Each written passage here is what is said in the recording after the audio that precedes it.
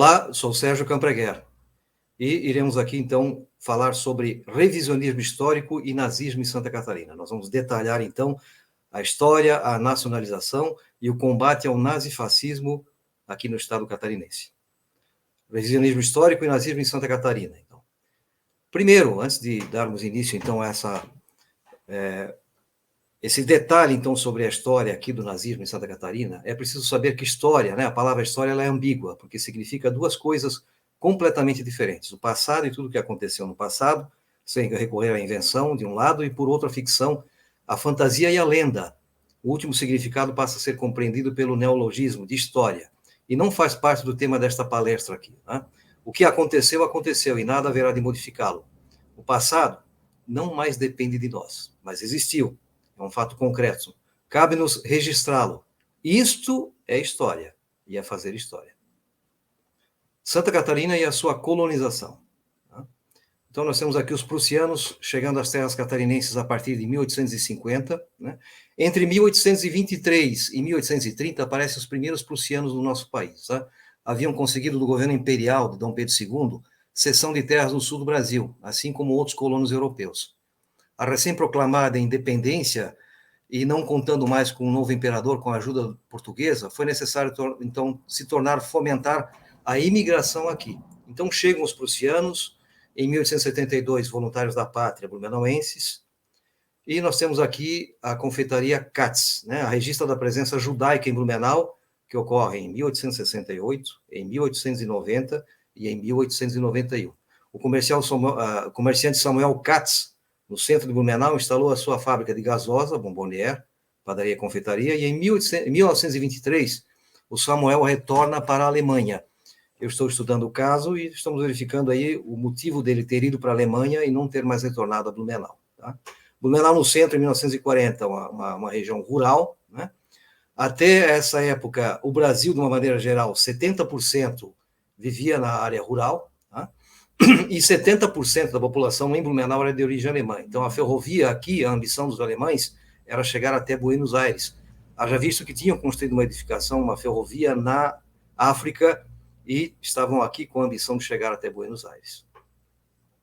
Em 1932, o cônsul alemão Otto Ronkel pousa com um avião aqui, então, vindo da Alemanha, então, e a solenidade, então, presente, já com informações do que estava acontecendo na Alemanha. O exército aqui em Blumenau, né, o combate ao nazifascismo. Né?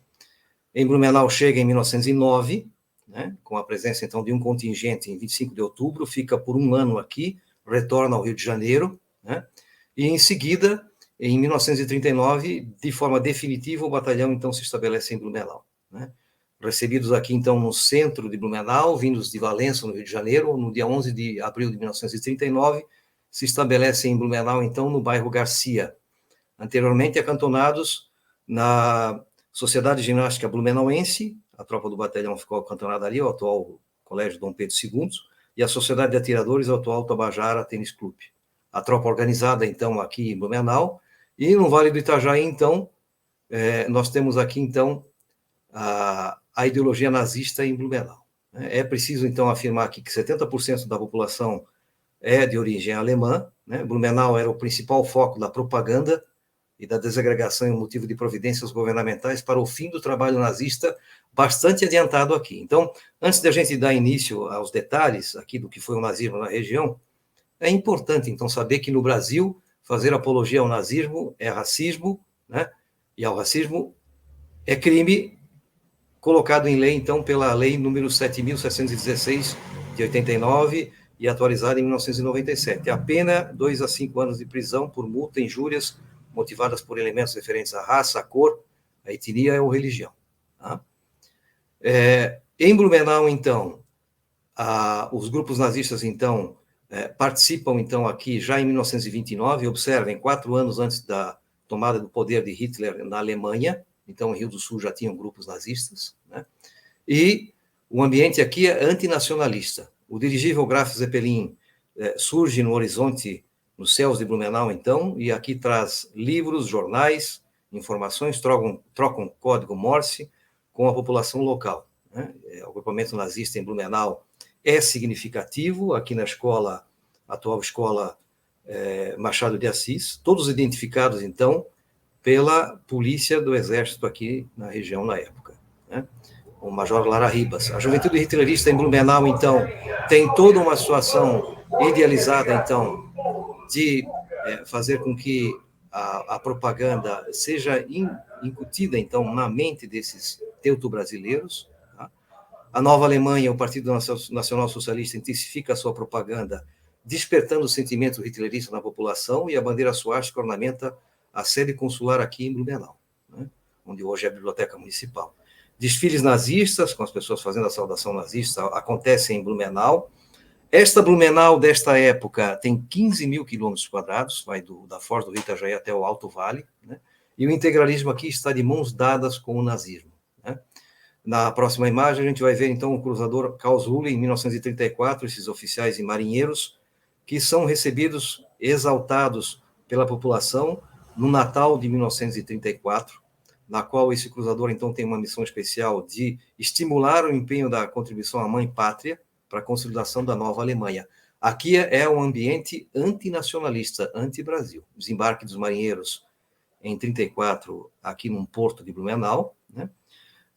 E eles, então, sobem o Alto Vale, já com a ferrovia estabelecida aqui, e serão ovacionados e também homenageados, nesta próxima imagem, então, com os integralistas na rua 15 de novembro, né? Oferecendo, então, uma homenagem ao cruzador Karlsruhe. É importante enfatizar aqui e observar que todos esses marinheiros morreram durante a guerra e estão sepultados no Oceano Atlântico a mais de 3 mil metros de profundidade, né? Nazistas convictos, recebidos aqui também num desfile em Ramônia, não os marinheiros, mas a população, então, né, com a Cruz Gamada, né, o atual Ibirama, na qual, neste enclave alemão, o exército se estabeleceu, então, com um quartel-general ali, né? Desfiles em Timbó, com os clubes de caça e tiro. Lembrando que em Timbó, em 1928, é que surge o Partido Nazista no Brasil, com mais de 500 membros filiados, né? O maior partido fora da Alemanha e dentro do Brasil, em 1928, 5 anos antes da tomada do poder de Hitler na Alemanha, né? Aqui, mais uma vez, então, um desfile, também em Timbó, né?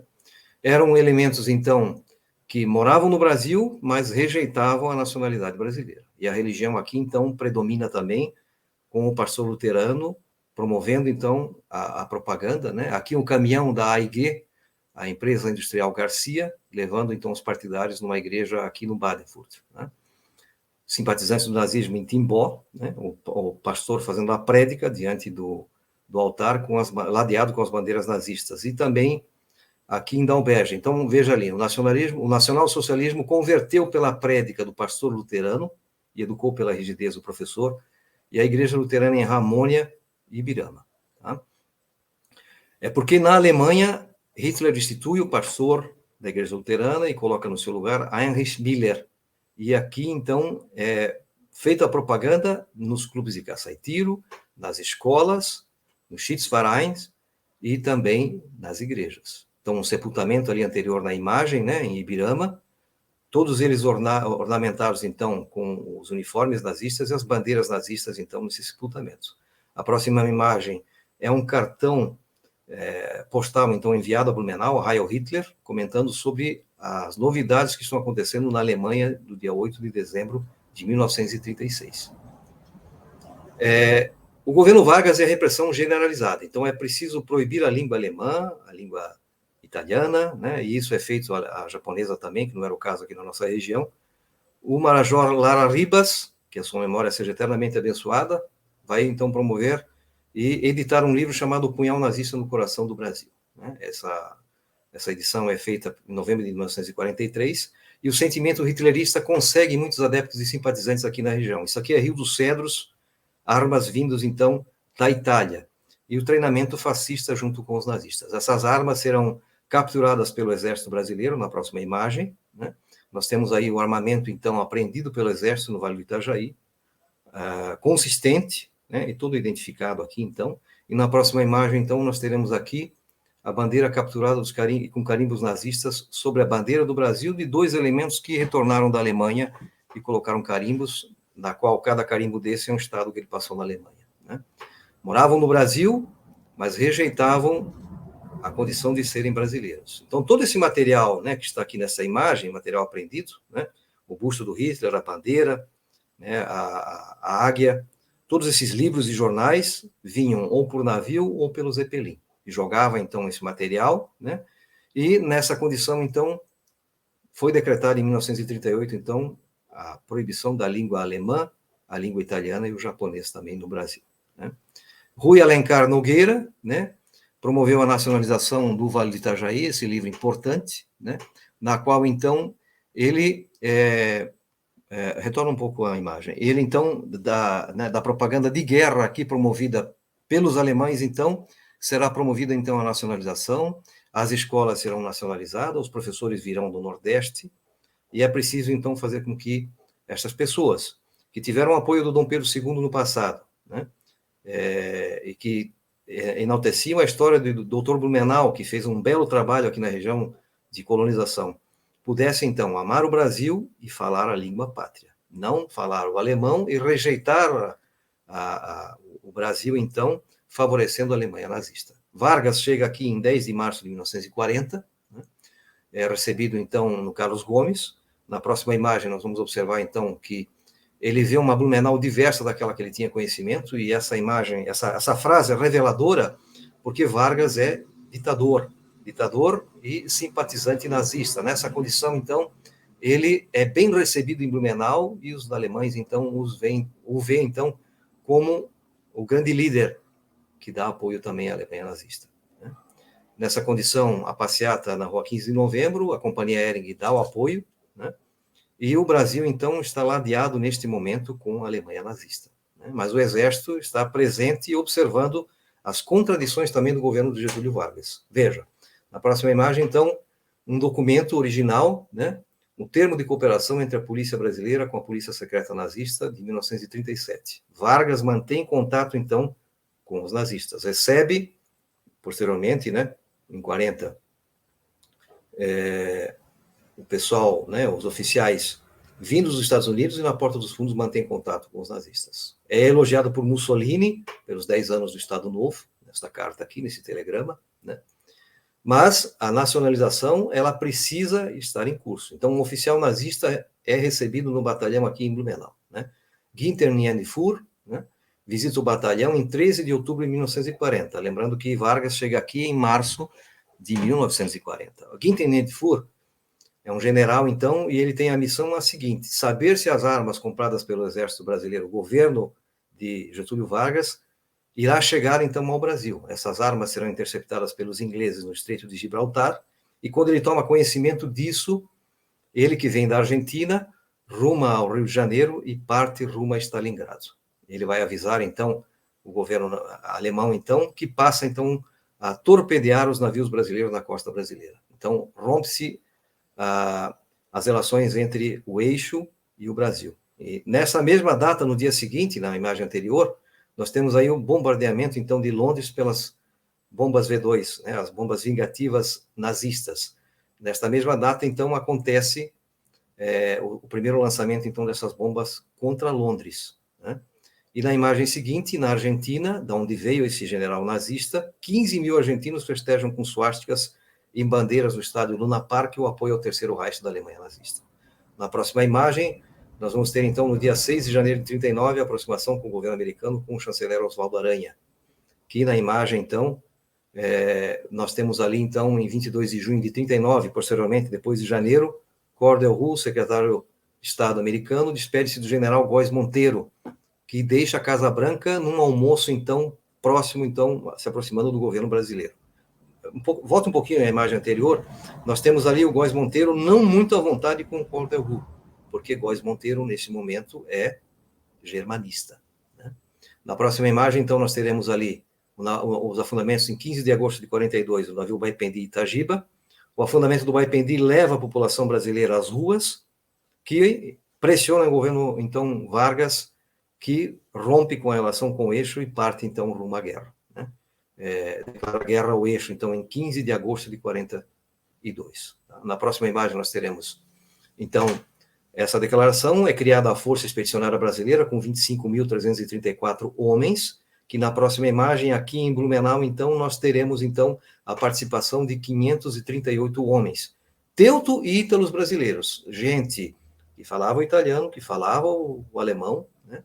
Os açorianos também, né? Os portugueses, que deixam o cabo da enxada de lado, lembrando que são 70% da população naquela época vivia na área rural, deixam o cabo da enxada de lado para pegar no fuzil, combater os nazistas, derrotá-los e trazer a glória ao Brasil, então, na vitória em Monte Castelo, né? Lembrando, mais de 50 milhões de pessoas morreram na Segunda Guerra Mundial. O Brasil, naquela ocasião, tinha 42 milhões de habitantes, né? Vejam a proporção que esta guerra teve no alcance mundial, então. Aqui a guarnição da Costa Catarinense, uma peça móvel de 152 milímetros, porque soldados do nosso batalhão foram para a Itália e outros ficaram guarnecendo a Costa Catarinense também, né? Nessa imagem, o Floriano de Lima Breiner, que recebeu o oficial nazista no nosso batalhão, aqui em Blumenau, já agora em Monte Castelo, então, com as armas capturadas da artilharia, então, divisionária da Força Expedicionária, pousando nessa imagem, então, o coronel Floriano de Lima Breiner, né, grande general depois, com o armamento nazista capturado. Nós tivemos um envolvimento, então, com os partigianes no sul Apennino tosco-emiliano, na Itália. O nosso exército manteve contato com os partigianes para combater e vencer os nazistas, os nazifascistas na Itália, né? Na próxima imagem, então, o nazismo é derrotado, e aí uma frase importante aqui. Militarmente o nazismo foi derrotado, mas no revisionismo histórico ele permanece promovendo a intolerância e o antissemitismo. Então, na imagem seguinte, então, nós temos aqui um texto falando de que Vargas esvazia a FEB, ele desmobiliza a FEB, haverá só um único desfile no Rio de Janeiro, a FEB que sai da Itália, passa por Portugal, né, desfila em Lisboa, chega no Rio de Janeiro, faz o desfile no centro do Rio de Janeiro, a tropa é desmobilizada, é dada uma passagem de retorno aos familiares destes expedicionários, e por muitos anos, esses expedicionários serão esquecidos pela população e pelo governo, não pelo Exército Brasileiro, mas pelo governo Vargas, que tem a intenção de minimizar o que os veteranos expedicionários fizeram na Itália, restabelecer a democracia, sabendo que no Brasil não havia uma democracia, né? E aqui em Blumenau, o desfile acontece somente em 1947, 2 anos depois. A animosidade contra esses expedicionários é tamanha ao ponto da população considerá-los traidores. O exército local, o nosso exército aqui, teve que deslocar uma companhia inteira para a empresa Hering e apaziguar os ânimos no dia 9 de maio de 1945. Os alemães aqui, os adeptos do nazismo, não aceitavam a derrota nazista.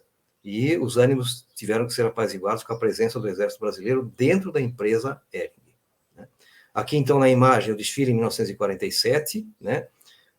Numa movimentação de tropas, então, aqui em Blumenau, e a partir de 50, então, os expedicionários fazem desfiles regulares no centro de Blumenau. Os expedicionários que, aqui nas imagens, que a memória deles seja eternamente abençoada, não estão mais entre nós. Mas a sua história, o seu legado permanece, né? É o fim da Prússia em 25 de fevereiro de 1947, relevante falar sobre isso, porque aqui são os prussianos, a população é de origem alemã, 70% dessa população é de origem alemã, né? As festas nazistas aqui eram usuais, as festividades de caráter nazista, por todo o Vale do Itajaí, mesmo aquelas que não ultrapassavam o ambiente familiar, eram promovidas por aqui. Então, desnazificar o Vale do Itajaí não aconteceu como aconteceu na Alemanha, né? E em todas as festas aqui, jamais a bandeira da Cruz Gamada, que era hasteada em frente à casa onde estavam sendo realizadas as festas, ou colocadas em paredes e mesas, foi deixada de lado, tá? Então, importante saber que essa desnazificação não aconteceu aqui, tá? E a rejeição aos expedicionários permaneceu por muitos anos. Então, uma obra nacionalizadora decidiu a luta contra o Hitler aqui no Brasil, tá? Que foi a proibição da língua alemã e a nacionalização, o que muitos hoje rejeitam e criticam o exército, afirmando que houve excessos.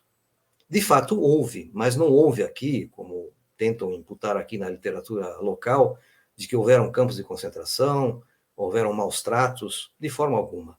Aquilo que afirmam aqui na região de campos de concentração sequer é comparado com o que foi feito na Alemanha nazista, em Auschwitz. Jamais, tá?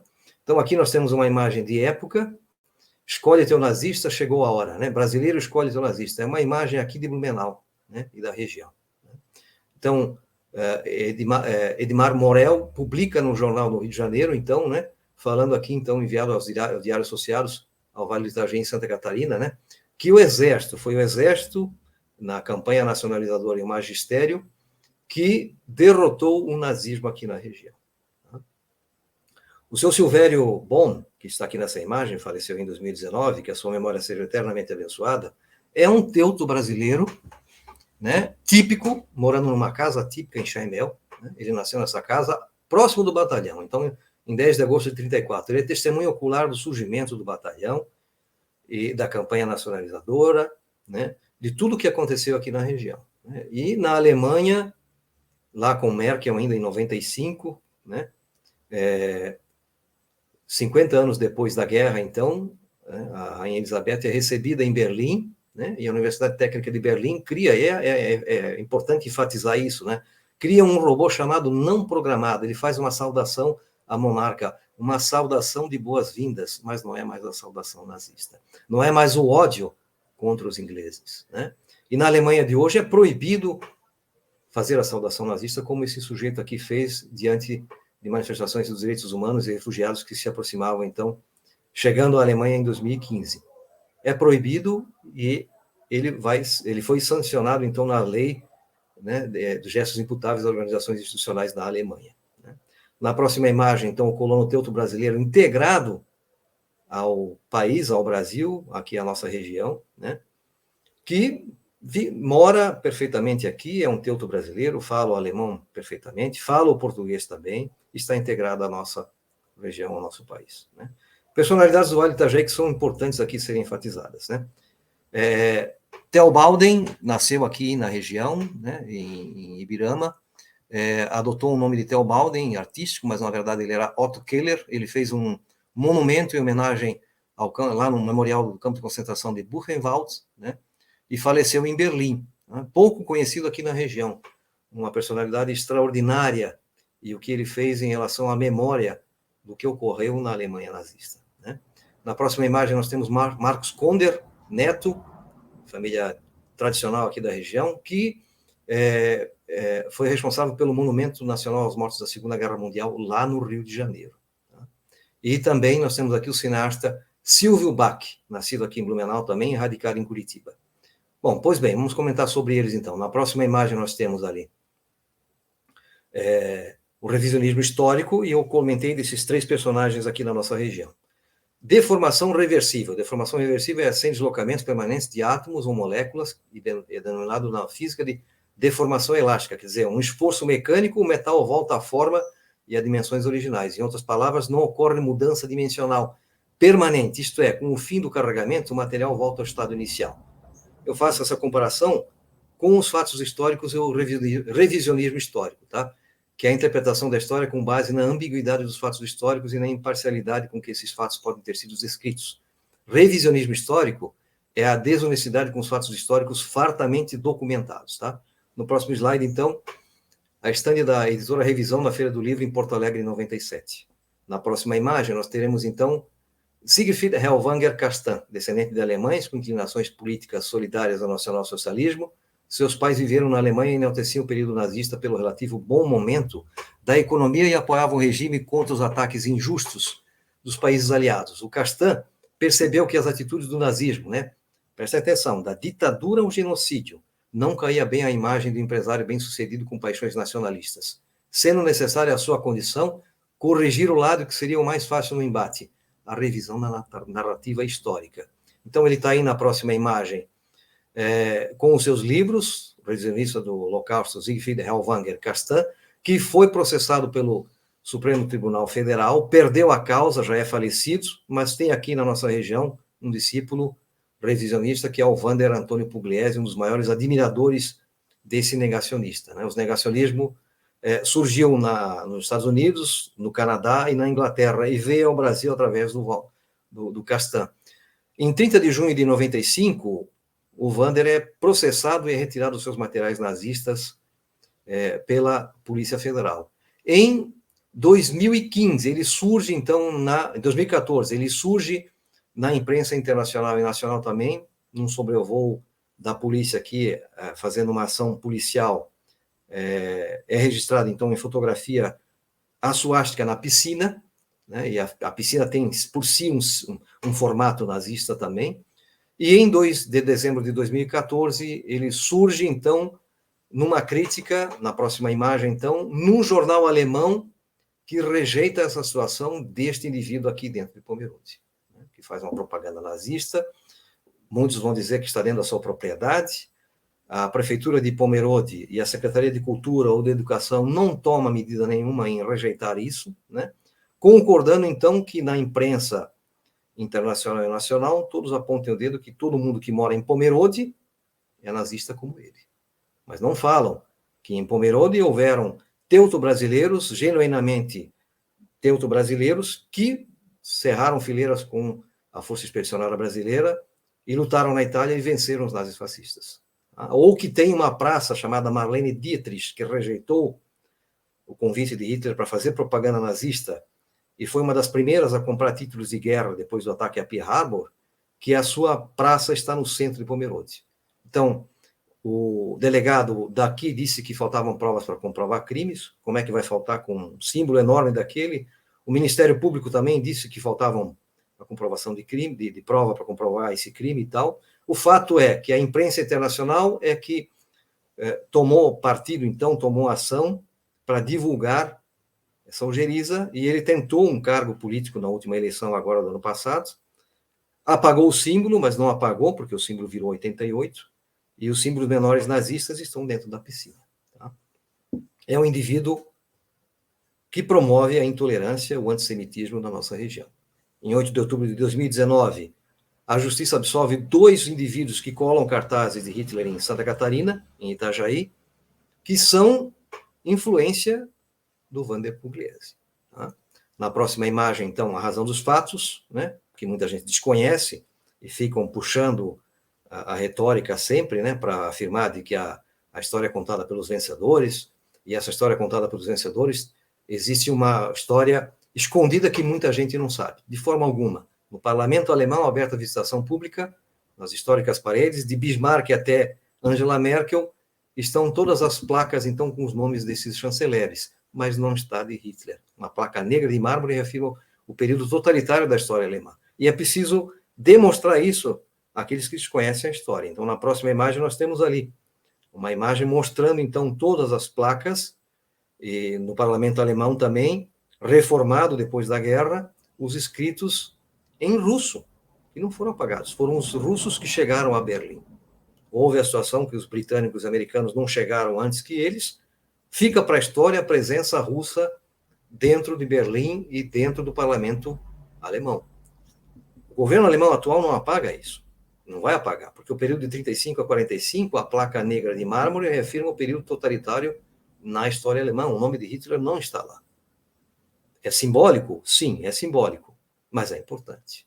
Então, Silvio Bach, que nasceu em Blumenau, radicado em Curitiba, faz um desserviço na divulgação do trabalho, né, heróico que a FEB fez na Itália. Não é um trabalho heróico de cinema, é um trabalho heróico daqueles que deixaram o cabo da enxada de lado, gente de carne e osso, que foi lutar e derrotar essa loucura que foi o nazifascismo. Então, privilégio em glória. O Silvio Bach fez um antidocumentário chamado Rádio Auriverde, em que em nenhum lugar do mundo foi produzido e exibido para o grande público um filme vinculando a voz do Reich nazista sobre a participação dos brasileiros na Segunda Guerra Mundial. Vejam, a próxima imagem mostra eles sendo ridicularizados, desprezo pela verdade dos fatos. Tá? Não é dessa maneira. Na próxima imagem, nós vamos observar, então, o uso político das vítimas e seus algozes, porque daí começou, então, no Brasil, em 1995, criar uma situação política polarizada entre esquerda e direita dentro do Brasil. Eu não estou aqui afirmando, na política atual, se favoreço um lado ou favoreço outro. Nós vamos entender aqui o porquê do uso político das imagens, dos algozes do nazifascismo e das suas vítimas na política brasileira. Sendo que o Brasil enviou mais de 25 mil homens para combater o nazismo na Itália, o nazifascismo. Foi o único país da América Latina. Né? Então, aqui, estudantes protestam, né, colocando uma imagem de um político aí da última eleição. Em 2015, então, um político contrário ao político que perdeu, né, um senador, faz o uso de imagens, então, das vítimas do nazismo para fazer proselitismo político no Brasil. Né? Na próxima imagem, nós vamos ter, então, em 2015 também, um candidato político pousando ao lado de um fantasiado de Hitler. Né? Jamais alguém pode ser fotografado ao lado de um expedicionário, um herói expedicionário, e depois ir aí tirar foto com um fantasiado de Hitler. Isso jamais é contraditório, jamais poderá ser feito dessa maneira. Né? O ator da Águia, lá da Águia, né, do Carnaval do Rio de Janeiro, né, afirmando que se ele for ao desfile, corre risco de vida. Claro, está enaltecendo um símbolo, provoca uma situação artificial, né, e afirmam que depois serão perseguidos. Não é desta maneira que a história brasileira deve ser contada. Ou um secretário de Cultura vir a público ler um trecho do Goebbels, né? E afirmar que é dessa maneira que nós vamos gerenciar o país. Tá? Não é dessa maneira. Aqui em Blumenau, como foi em 2014, com o fim da Copa do Mundo, surgiu essa camiseta sendo vendida na internet. Né? O Cristo Redentor colocado de lado e o símbolo nazista. Ou aqui em Blumenau, na Oktoberfest, chaveiro sendo vendido com o símbolo nazista. Né? Lembrando, aqui a desnazificação não aconteceu. Né? Símbolos nazistas são proibidos por lei. A cruz gamada é proibida por lei. Se alguém quer saber onde é que estão esses símbolos originais, deve ir a um museu da Força Expedicionária que está dentro dos inúmeros quartéis no Brasil. O troféu de guerra está ali, ó.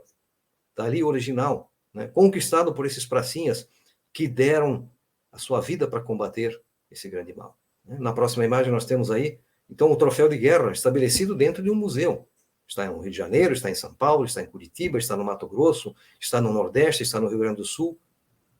É só ir ao encontro destes museus que vocês vão observar mais de 15 mil armas capturadas dos nazistas na Itália. Nós fizemos um trabalho hérculo para combater o nazifascismo.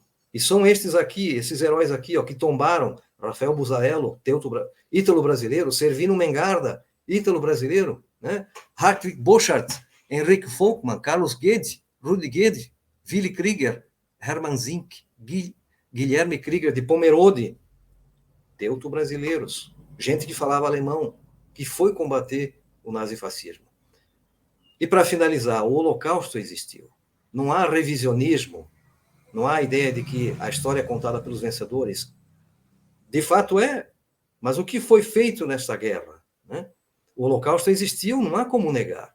Não tem como revisionar essa história. Né? Os restos mortais de mais de 1.000 homens, mulheres e crianças desenterrados na Bielorrússia. Foram construir um shopping. E isso foi agora, há pouco tempo, em 2019. Todos com tiro na cabeça. É possível revisionar isso? Impossível. É possível relativizar? É possível desprezar isso? Jamais. Que a memória de todos aqueles que pereceram, vítimas do Holocausto, vítimas de um regime sanguinário, sejam eternamente abençoadas. E que a FEB também, todos os seus heróis, todos aqueles que partiram para combater isso, sejam eternamente abençoados na sua memória. Tá? Então, este vídeo aqui tem este sentido, este propósito, tá? Demonstrar o quanto o nazismo perdurou no estado de Santa Catarina e o quanto ele foi combatido. E o quanto ele deve ser combatido na atualidade, nas redes sociais, né? E nesse embuste, que é a tentativa de inverter os fatos. Não tem como. Tudo foi registrado, fartamente documentado. Tá? E não tem como relativizar isso. Eu agradeço a sua atenção e procure repassar esse vídeo também aos seus conhecidos e a todos aqueles que querem e necessitam e têm interesse em buscar a verdade dos fatos.